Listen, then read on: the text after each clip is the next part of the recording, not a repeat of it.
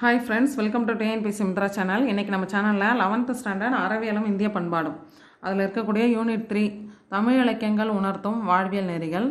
தமிழ் இலக்கியங்கள் உணர்த்தும் வாழ்வியல் நெறிகள் இந்த யூனிட்டை பொறுத்த வரைக்கும் நமக்கு டிஎன்பிஎஸ்சி குரூப் 1 2 2ஏல இருக்கிற யூனிட் 8ஓட தொடர்புடைய யூனிட். இந்த யூனிட்டில் இருக்கிற முக்கியமான பாயிண்ட்ஸ் பார்க்கலாம். தமிழ் இலக்கியங்கள் உணர்த்தும் வாழ்வியல் நெறிகள். ஃபஸ்ட்டு நுழைவு வாயில் கொடுத்துருக்காங்க, இதெல்லாம் ரீட் பண்ணிக்கோங்க. முக்கியமான பாயிண்ட்ஸ் மட்டும்தான் நம்ம பார்க்க போகிறோம். இதில் நிறைய கதை மாதிரி இருக்கும், அதனால் முக்கியமான பாயிண்ட்ஸ் மட்டும் பார்க்கலாம். செம்புல பயல் நீர் போல அன்புடை நெஞ்சங்கள் கலந்தனவேன்னு சொல்லிட்டு குறுந்தொகை குறிப்பிடுது. ஒத்த அன்புடைய தலைவனும் தலைவியும் காதல் வயப்படும் போது செம்புல பயல் நீர் போல அன்புடை நெஞ்சங்கள் கலந்தவர்களாக இருந்துள்ளனர்னு குறுந்தொகை குறிப்பிடுது. அப்போது செம்புல பயல் நீர் போல இந்த அடிகள் இடம்பெற்ற நூல் எதுன்னு கேட்டால் குறுந்தொகை. அடுத்த நட்பை பற்றி சொல்லியிருக்காங்க. நட்பின் இயல்பு குறித்து உயிரோர் அன்ன செயற்தீர் நட்பின் நற்றினை சொல்லுது. யாக்கைக்கு உயர்ந்து அண்ணன் நட்பின் அகநானூறு குறிப்பிடுது என சங்க பாடல்கள் குறிப்பிடுகின்றன. எலியை போல் சிறிய முயற்சி உடையவரோடு நட்பு கொள்வதினும் புலியை போன்ற வலிமையும் முயற்சி உடையவருடன் நட்பு கொள்வதே சால சிறந்தது என்பதனை புலிப்பசி தன்ன மெலிவிலுள்ள துறனுடையாளர் கேண்மையோடு இயைந்த வைகள் உளவாகியரோ அப்படின்னு புறநானூறு குறிப்பிடுது. புறநானூறு பாடல் அடிகள் உணர்த்துறதோட பொருள் எளிய போல் சிறிய முயற்சி உடையவங்கள்ட்ட நட்பு கொள்றதை விட புளிய மாதிரி வலிமை உடையவங்கள்ட்ட நட்பு கொள்ளணும். உயர்நிலை உலகம் அமிழ்தோடு பெறினும் பொய்சேன் நீங்கிய வாய் நட்பினையே மதுரை காஞ்சி சொல்லுது. பிறர்க்கரிய பெரும் பெயர் கிடைப்பதாக இருந்தாலும் பொய்மை கலந்த நட்பு பழியோடு முடியும். எனவே வாய்மை நிறைந்த நட்பை தூய்மையானது, சிறந்தது, தகுதியானது அப்படின்னு மாங்குடி மருதனார் மதுரை காஞ்சியில் சொல்லியிருக்காரு. அரிதாக கிடைத்த நெல்லிக்கனியை அவ்வைக்கு கொடுத்த அதியமான் கோப்பெருஞ்சோழனோடு வடக்கிருந்து உயிர் விட்ட பிசிராந்தையார் பாரியின் இன்ப துன்பங்களை பகிர்ந்து கொண்ட கபிலர். இதெல்லாம் சங்க இலக்கியங்களில் வர நட்பு. நெல்லிக்கனியை அவ்வைக்கு கொடுத்த அதியமான், கோப்பெருஞ்சோழனோடு வடக்கிருந்து உயிர் விட்ட பிசிராந்தையார், பாரியோட இன்ப துன்பங்களை பகிர்ந்து கொண்ட கபிலர். நட்பிற்கு சங்க இலக்கியங்கள் பதிவு செஞ்ச விஷயங்கள் இதெல்லாம். உதவி, அடுத்து உதவியை பற்றி சொல்லியிருக்காங்க.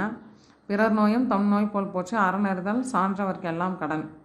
பிறருக்கு உதவுதல் பற்றி சங்க இலக்கியங்கள் சொல்லியிருக்காங்க. இப்போ இந்த வரிகள் இடம்பெற்றது கலித்தொகை.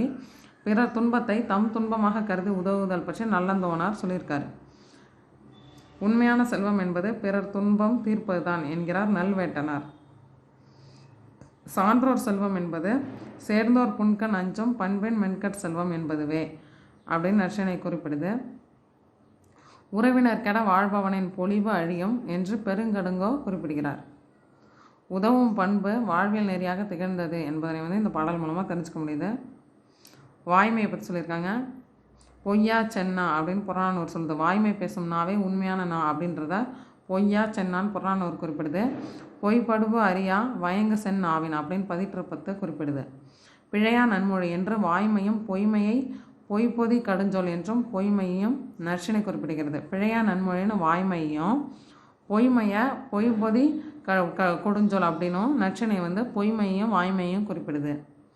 நிலம்புடை பெயர்வதாயினும் கூறிய சொற்புடை பெயர்தலும் இளரே நற்றினை கூறியிருக்கிறது. அடுத்தது 13 கொடுத்துருக்காங்க. இந்த பாடல் வரிகள்லாம் பார்த்துக்கோங்க. நிலம் பெயரெனும் நென்சொற் பெயரால் முதலான பாடல் அடிகளில் நிலம் புடை பெயர்ந்தால் கூட பொய் சொல்லக்கூடாது அப்படின்றத தான் இந்த நற்றினை பாடலில் சொல்லியிருக்காங்க. அடுத்து விருந்தோம்பல் பண்பு. விருந்தோம்பல் இல்லத்தாரின் தலையாய கடமை. அதை பற்றி நற்றினையில் இந்த பாடல் கொடுத்துருக்காங்க. அடுத்து பெண்களோட நிலையை பற்றி சொல்லியிருக்காங்க. மக்கட்பேற்றையும் சமூக கடமையாகவே சங்ககால மகளிர் கருதினர். மக்கட்பேரை உயர்ந்த பேர் என்பதை மயக்குறு மக்களை இல்லோருக்கு பயக்குறை இல்லை தாம் வாழும் நாளை அப்படின்னு புறநானூறுன்ற பாடல் குறிப்பிடுது. சங்க காலத்தில் ஔவையார், நச்சல்லையார், நன்முலையார், ஆதிமந்தியார், நப்பசலையார், முடத்தாம கன்னியார், காக்கை பாடினியார், ஒக்கோர் மாசாத்தியார், பொன்முடையார் முதலான பெண்பார் புலவர்கள்லாம் இருந்தாங்க. சங்ககால மகளிர் கல்வி நிலையிலும் மேம்பட்டு விளங்கினாங்கன்றதை இது மூலமாக தெரிஞ்சுக்கலாம். பெண்கள் பொது வாழ்க்கையிலையும் பங்கேற்றாங்க என்பதுக்கு அதியமான் நெடுமான் அஞ்சுக்காக தொண்டைமானிடம் அவை தூது சென்றதிலிருந்து அறிய முடிகிறது. பொது வாழ்க்கையிலையும் ஈடுபட்டிருக்காங்கன்னு. பாடினி, விரலி முதலானோர் ஆடல் பாடல் கலைகளில் சிறந்து விளங்கியிருக்காங்க. சங்ககாலம் ஒரு வாழ்வியல் பொற்காலம்னு சொல்கிறாங்க. வீரத்தை பற்றி கொடுத்துருக்காங்க புறநானூற்று பாடல். அடுத்து காவல் மரத்தை பற்றி சொல்லியிருக்காங்க. இந்த பாக்ஸ் பாருங்கள். பழந்தமிழ் வேந்தர்கள் ஒவ்வொருவரும் ஒவ்வொரு மரத்தை தம் வெற்றியை சிறப்பிக்கும் மரமாக போற்றி வந்துள்ளனர். அம்மரம் இரவு பகலாக வீரரால் காவல் காக்கப்படுவதால் அதற்கு கடிமரம் என்று பெயர். அம்மரத்தை வெட்டுப்படாமல் பாதுகாப்பது மானமுடைய வேந்தற்கு மரப்பண்பாகும். வேங்கை, புன்னை, வேம்பு முதலிய மரங்களை காவல் மரங்கள் என போற்று வந்துள்ளனர். வேங்கை, புன்னை, வேம்பு இதை காவல் மரமாக வச்சுருந்துருக்காங்க. வேந்தன் ஒருவன் பகை மன்னனை வெற்றி கொள்வதற்கு அடையாளமாக அவன் நாட்டு காவல் மரத்தை வெட்டி வீழ்த்துவது மரபு. அடுத்தது கொடை பண்பை பற்றி சொல்லியிருக்காங்க. ஆய் அண்டிரன் என்னும் குறுநில மன்னன் தன்னை நாடி வந்த புலவர்களுக்கு வாரி வழங்கிய யானைகளின் எண்ணிக்கை வால்மீன் பல பூப்பினும் ஆனாது மண்ணே என முடமோசியார் என்ற புலவர் சொல்லியிருக்காரு. அவரோட வள்ளல் தன்மையை புகழ்ந்து அப்படி சொல்கிறாரு. இது போலவே பதிற்றுப்பத்தில் என்ன சொல்லியிருக்காங்கன்னா, சேர மன்னர்களோட வள்ளல் தன்மையும் விருந்தோம்பல் பண்பும் பெரிதும் பேசப்படுது. ஆட்சிப்படை நூல்கள் அரசர்களின் வள்ளல் தன்மையை பாடுவதற்காகவே உருவாக்கப்பட்டது ஆட்சிப்படை நூல்கள். அடுத்து பாருங்க, அடுத்தது சிபி மன்னனை பற்றி இங்கே சொல்லியிருக்காங்க. புறாவுக்கு ஏழைப்பிணையின் மானம் காக்க தன் கையையே வெட்டி கொண்ட பொற்கை பாண்டியன். வள்ளல் தன்மையை சொல்லும்போது இதையும் சொல்லியிருக்காங்க. அடைக்கலம் புகுந்த புறாவினை காக்க தன்னையே தராசு தட்டில் ஏற்றிய சிபி மன்னன். கன்றிழந்த ஆவின் கண்ணீருக்கு நீதி வழங்க தன் மகனையே தேர்காலையிலிட்ட மனுநீதி சோழன் போன்ற அரசர்களின் செயல்கள் நீதிக்கு முன் அனைவரும் சமம் அப்படின்றத வெளிப்படுத்துகிற மாதிரி அவங்களாம் செயல்பட்டுருக்காங்க. பிறர்க்கென வாழ்தல். சங்கத்தமிழர் பரந்த மனப்பான்மை உடையவராக இருந்தாங்க. யாரும் ஊரே யாவரும் கேளீர் இது கணியன் பூங்குன்றனார் பாடனா புறநானூற்று பாடல். இது மூலமாகவே அதை தெரிஞ்சுக்கலாம். 17 கீழ்கணக்கு நூல்களை பற்றி கொடுத்துருக்காங்க பாருங்கள். 17 கீழ்கணக்கு என்பது 18 நூல்களை குறிக்கும். 11 நூல்கள் அறக்கருத்துக்களை கூறுவதால் அறநூல்கள். ஏனையவற்றில் 6 நூல்கள் அகப்பொருள் சார்ந்தும் 1 நூல் மட்டும் புறப்பொருள் சார்ந்தும் அமைஞ்சிருக்கு. 17 கீழ்கணக்கு 18 நூலில் இது தனியாக ஒரு வீடியோவில் போட்டிருக்கேன். 17 கீழ்கணக்கு நூல்களை பற்றி பாருங்கள். 11 நூல்கள் அறம் சார்ந்த நூல், 6 நூல்கள் அகப்பொருள் சார்ந்த நூல், ஒரே ஒரு நூல் புறம் சார்ந்த நூல். திருக்குறள் காட்டும் அறம். இப்போ திருக்குறள் 17 கீழ்கணக்கு நூல்களில் ஒன்று. உலகம் முழுமைக்குமான வாழ்வியல் நெறிகளை வள்ளுவம் கூறுகிறது. பொறாமை, பேராசை, சினம், இன்னாச்சொல் ஆகிய 4 தீயதென கருதி புறந்தள்ளி வாழ்வதே அறம்னு திருவள்ளுவர் சொல்கிறாரு. அழுக்கார அவாவைகளை இன்னாச்சொல் 4 இழுக்கா என்றது அறம் அப்படின்னு சொல்லியிருக்காரு.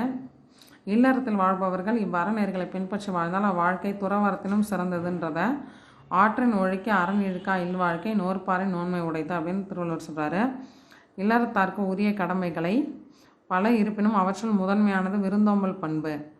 விருந்தோம்பல் பண்பு தான் முதன்மையானது. அகனமர்ந்து செய்யால் உரையும் முகனமர்ந்து நல்விருந்து ஓம்புவானில் அப்படின்ற குறள் குறிப்பிடுது. நல்ல முகமலர்ச்சியோடு விருந்தினர்களை பேணுபவர்கள் இல்லத்தில் செல்வம் நிறைந்திருக்கும் என்பது வள்ளுவரோட நம்பிக்கை.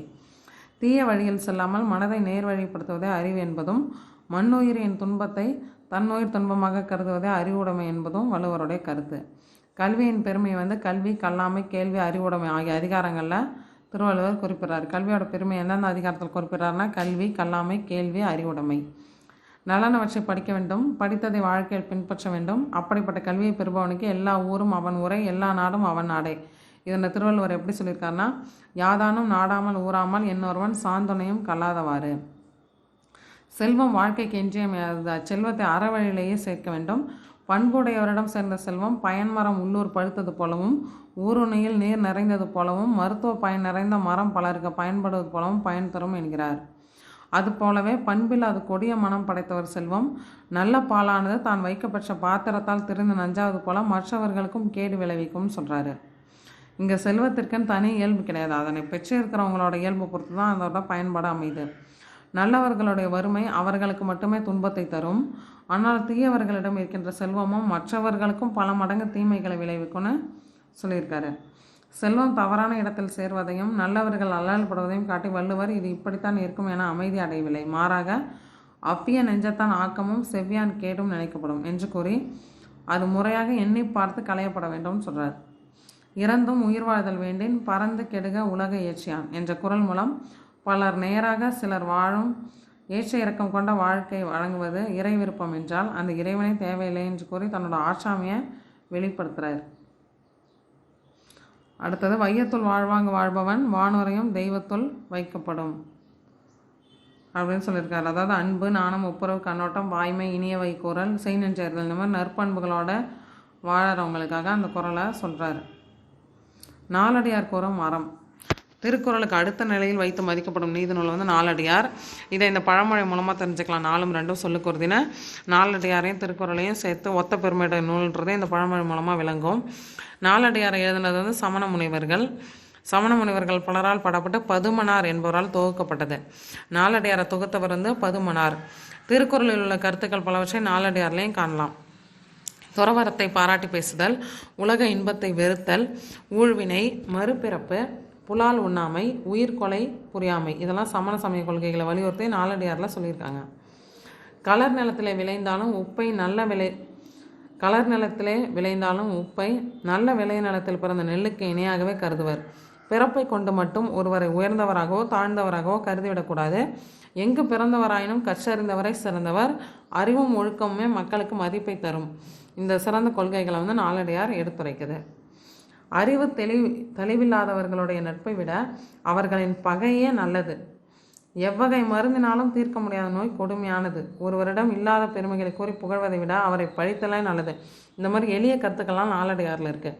அதாவது அறிவு நட்பை விட அவங்களோட பகையே நல்லது அப்படின்னும், ஒருத்தவங்களோட பெருமைகளை கூறி புகழறதை விட அவரை பழிக்கிறதே நல்லதுன்னு நாலடியார் வந்து சொல்லுது. பிற்கால அறநூல்கள் வந்து ஔவையார் பாடி ஆத்திச்சூடி, கொன்றை வேந்தன், மூதுரை, நல்வழி, இதெல்லாம் அறமுறைக்கும் நூல்கள். ஔவையார் எழுதிய நூல்கள் பாருங்கள். ஆத்திச்சூடி, கொன்றை வேந்தன், மூதுரை, நல்வழி. நன்னூல் கூறும் அறம். தொல்காப்பியத்தின் வழிநூலாக விளங்கும் இலக்கண நூல் நன்னூல். பவணந்தி முனிவரால் இயற்றப்பெற்ற இந்நூலில் எழுத்து, சொல் என 2 அதிகாரங்கள் உள்ளன. நன்னூலை எழுதினது வந்து பவணந்தி முனிவர். இந்நூலின் பொதுப்பாயிரம் நூலை பற்றியும் நல்லாசிரியர் ஆகாதவர், நல்ல மாணாக்கர் நன்மாணாக்கர் ஆகாதவர் இயல்புகள் பற்றியும் கூறியுள்ளது. மேலும் ஆசிரியர் நூலை மாணவர்களுக்கு கற்பித்தல், மாணாக்கர் கற்றுக்கொள்ளல், இதை பற்றியும் இந்த நூலில் சொல்லியிருக்காங்க. நல்லாசிரியரோட இயல்புகள் என்ன, ஆசிரியர் ஆகாதவரோட இயல்புகள் என்ன, நல்ல மாணாக்கர்களோட இயல்புகள் என்ன, மாணாக்கர் ஆகாதவர்களோட இயல்புகள் என்ன, ஆசிரியர் மாணவர் உறவு எப்படி இருக்கணும், இதை பற்றிலாம் நன்னூலில் பவணந்தி முனிவர் சொல்லியிருக்காரு. சிலப்பதிகாரம் மணிமேகலை இதில் வந்து கோவலனுக்கும் மாதவிக்கும் பிறந்த பெண் குழந்தைக்கு பெயர் சொல்கிற தருணத்தில் வந்து, ஒரு சமயம் என் மூதாதையர் ஒருவர் நடுக்கடலில் சென்றபோது மரக்கலம் உடைந்து அலைக்கடலில் தவிக்க மணிப்பல்லவ தீவில் வாழும் பெண் தெய்வம் கரை சேர்த்தது. அதனால் என் முன்னோரை காப்பாற்றிய மணிமேகலா என்ற தெய்வத்தின் நினைவாக மணிமேகலை என்ற பெயரை சுற்றான்னு கோவலன் வந்து அவருக்கும் மாதவிக்கும் பிறந்த குழந்தைக்கும் மணிமேகலைன்னு பெயர் சுற்றாரு. அதுக்கு காரணம் சொல்கிறாரு. அந்த மணிமேகலா தெய்வம் வந்து அவங்க முன்னோர்களை காப்பாற்றினதை பற்றி. இதிலேருந்து அவருடைய செய்நன்றி மறவா பண்பினன், கோவலன் வந்து செய்நன்றி மறவா பண்பினன்ற இது புலப்படுது அப்படின்னு சொல்கிறாங்க. கோவலன் வந்து யானையிடமிருந்து முதியவரை காத்த கருணை மறவனாகவும், பிரிந்த கணவன் மனைவியை பெரும்பொருள் கொடுத்து இல்லற வாழ்வில் இணைத்து வைத்து செல்லா செல்வனாகவும், தலைவனை இழந்து தடுமாறும் குடும்பத்தாரையும் அவர்தம் சுற்றத்தாரையும் ஆறுதல் கூறி அரவணைத்த இல்லோர் செம்மலாகவும் மாடல மறையோனால் புகழப்படுகிறான். இவ்வளோ மேம்பட்ட பண்புகள் இருந்தாலும் கண்ணகியை மறந்து மாதவி என்ற கண்ணகியோடு வாழ்கிறான். முன்னோர் தந்த செல்வம் அனைத்தையும் இழந்த பின்பு கண்ணகியோடும் காதசிரமோடும் புதுவாழ்வு தேடி பூம்புகாரை விட்டு புறப்படுகிறான். சிலப்பதிகாரத்தில் இருக்கிற முக்கியமான பாயிண்ட்ஸ் எல்லாருமே இதில் கொடுத்துருக்காங்க. கண்ணகியோடு அவங்க போகிறத பற்றியெல்லாம் சொல்லியிருக்காங்க. கோவலனின் ஒழுக்கப்பெறவு களவு பழி சுமந்து அவன் உயிரிழக்க காரணமாக அமைகிறது. நற்குடி பிறப்போ பெருஞ்செல்வமோ ஒழுக்கம் பிறந்தவனை காப்பாற்ற உதவாதுன்றதை புலப்படுத்துகிற விதமாக கோவலனோட வாக்குமூலம் அமையுது. என்னதான் கோவலன் வந்து உயர்ந்த நற்குடி பிறப்பில் பிறந்தாலும் பெருஞ்செல்வந்தராக இருந்தாலும் அவனோட ஒழுக்கப்பிறவு அவனுடைய இதுக்கு காரணமாயிடுச்சு, இறப்புக்கு அப்படின்னு சொல்கிறாங்க. அது காப்பாற்ற உதவாது அப்படின்னு சொல்கிறாங்க. அரச நீதியை பற்றி சொல்லியிருக்காங்க. அப்போ சிலப்பதிகாரத்தில் நடந்தது.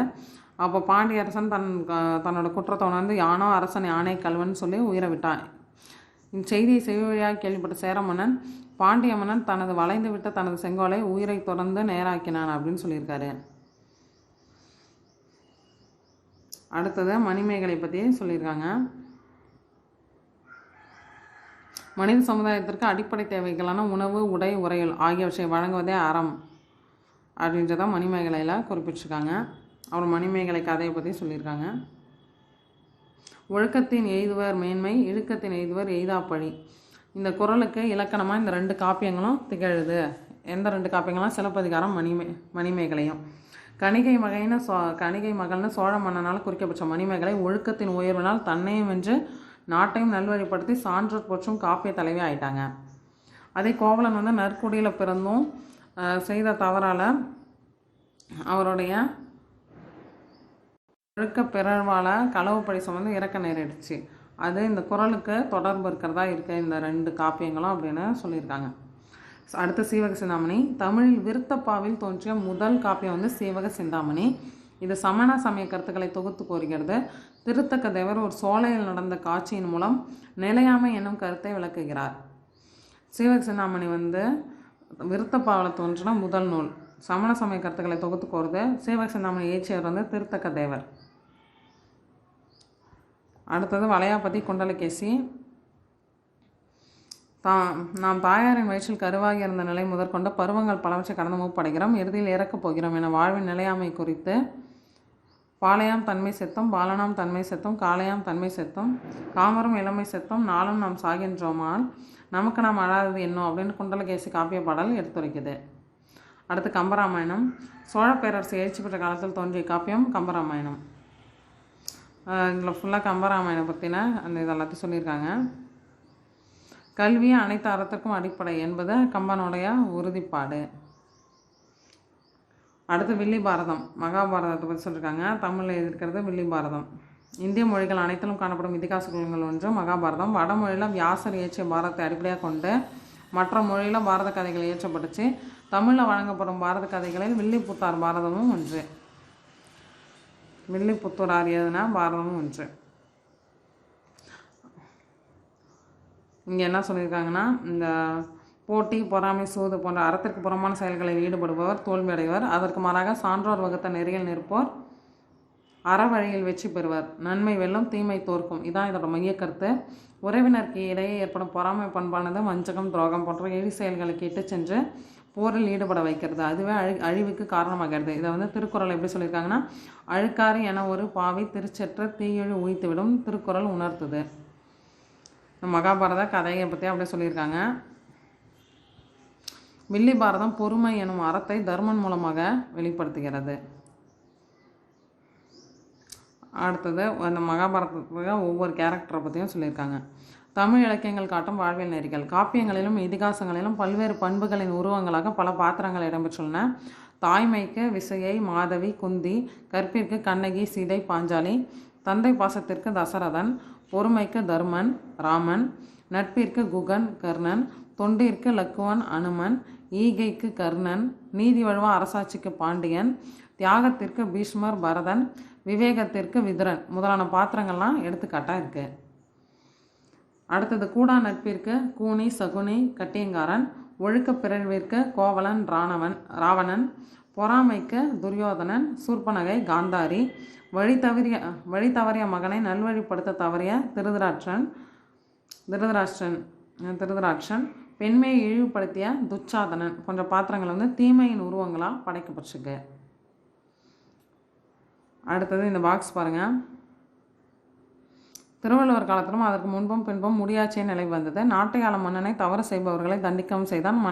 மன்னன் தண்டித்தாலும் நீதி வழங்குவதற்கான அரங்கூர் அவயங்களும் இருந்தன. நீதி வழங்குறதுக்காக அப்போ இருந்தது அரங்கூர் அவயங்கள். அதற்கு சான்றுகள் வந்து 10 பாட்டிலையும் மதுரை காஞ்சிலையும் கொடுத்துருக்காங்க. அரங்கூர் அவயம்னு 10 பாட்டிலையும் மதுரை காஞ்சிலையும் சொற்கள் இடம்பெற்றிருக்கு. அறநிலை தெரியா அன்பின் அவயம்னு புறநானூரில் சொல்லியிருக்காங்க. மரங்கெடு சோழர் உறந்தை அவயத்து அரங்கெட அறியாதாங்கன்னு நற்றிணையில் சொல்லியிருக்காங்க. அரங்கெடு நல்ல அவை அப்படின்னு அகநானூறு குறிப்பிடுது. முறையுடைய அரசன் செங்கோல் அவயத்து அப்படின்னு குறுந்தொகை குறிப்பிடுது. அரசுகோள் கோடினம் அரங்கூறு அவயம்னு சிலப்பதிகாரம் குறிப்பிடுது. அடுத்து நிறைய உரையை ரீட் பண்ணிக்கோங்க. இப்போ சங்க இலக்கியங்கள் காப்பியங்களை பற்றியெல்லாம் இந்த பாடத்தில் சொல்லியிருக்காங்க. புக் பேக் கொஸ்டின்ஸ் பார்க்கலாம். வாய்மையை பிழையா நன்மொழி என்று குறிப்பிடும் 8 தொகை நூல்களில் ஒன்று நற்றிணை. வாய்மையை பிழையா நன்மொழி என்று குறிப்பிடும் 8 தொகை நூல்களில் ஒன்று நற்றிணை. சங்ககால பெண்பார் புலவர் வரிசையில் இடம்பெறாதவர் காரைக்கால் அம்மையார். இவர் வந்து நாயன்மார்கள் 63 நாயன்மார்கள் ஒருவர். ஔவையார், ஆதிமந்தியார், நப்பசலையார்லாம் பெண்பார் புலவர்கள். ஆற்றுப்படை நூல்கள் இயற்றப்பட்டதன் குறிக்கோள் அரசர்களின் வள்ளல் தன்மை பற்றி பாடுவதற்கு இயற்றப்பட்டது. கோவலன் செய்நென்றி மறவா பண்பினன் என்பதை எக்கூற்று புலப்படுத்துகிறதுனா, மணிமேகலா என்ற தெய்வத்தின் நினைவாக தம் மகளுக்கு மணிமேகலை என்று பெயர் சூட்டியவன். பின்வருவனவற்றில் அகநூல் வந்து குறுந்தொகை, 4 அடியார், இன்னா 40, திருக்குறளாம் புறநூல்கள். இது வந்து அறம் சார்ந்த நூல்கள். 17 கீழ்கணக்கு நூல்களில் நாலடியார், இன்னா 40 திருக்குறள், அறம் சார்ந்த நூல்கள். இந்த குறுந்தொகை வந்து இது 8 தொகையில் வரக்கூடியது அகநூல். சரியான விடை குறிப்பை தெரிவு செய்க. வாக்கு தவறாமை இதுக்கு இருக்கிறவர் வந்து தசரதர். செயல் வீரர் வந்து அனுமன். நட்பு வந்து குகன். விருந்து சபரி. அப்போ ஆப்ஷன் 2. பொருந்தாத இணை தருமன் பொறுமை இது வந்து சரி. அர்ஜுனன் வில்லாற்றல் சரி. துரியோதனன் பொறாமை இதுவும் சரி. பீமன் கொடைத்தன்மை இது வந்து தவறு. சரியான விடை குறிப்பை தெரிவு செய்க. பாண்டு குந்தி. ராமன் வந்து சீதை. ராவணன் வந்து மண்டோதரி. திருதராட்சன் காந்தாரி. First option. பின்வருவனவற்றில் பொருந்தாத இணை வந்து கோப்பெருஞ்சோழன் பிசிராந்தையார் இவங்க ரொம்ப நட்புடையவங்க. வாரி கபிலர் நட்பு. ஔவையார் அதியமான் நட்பு. இதில் பொருந்தாதது வந்து கூனி சகுனி. தமிழில் விருத்தப்பாவில் தோன்றிய முதல் காப்பியம் வந்து சீவக சிந்தாமணி. இயற்றியவர் திருத்தக்கதேவர். தமிழில் விருத்தப்பாவில் தோன்றிய முதல் காப்பியம் சீவக சிந்தாமணி. இந்த யூனிட்டில் இருக்கிற முக்கியமான பாயிண்ட்ஸ்லாம் பார்த்தாச்சு. இந்த வீடியோ உங்களுக்கு யூஸ்ஃபுல்லாக இருந்தால் மறக்காமல் சேனலை சப்ஸ்கிரைப் பண்ணுங்கள். தேங்க்யூ.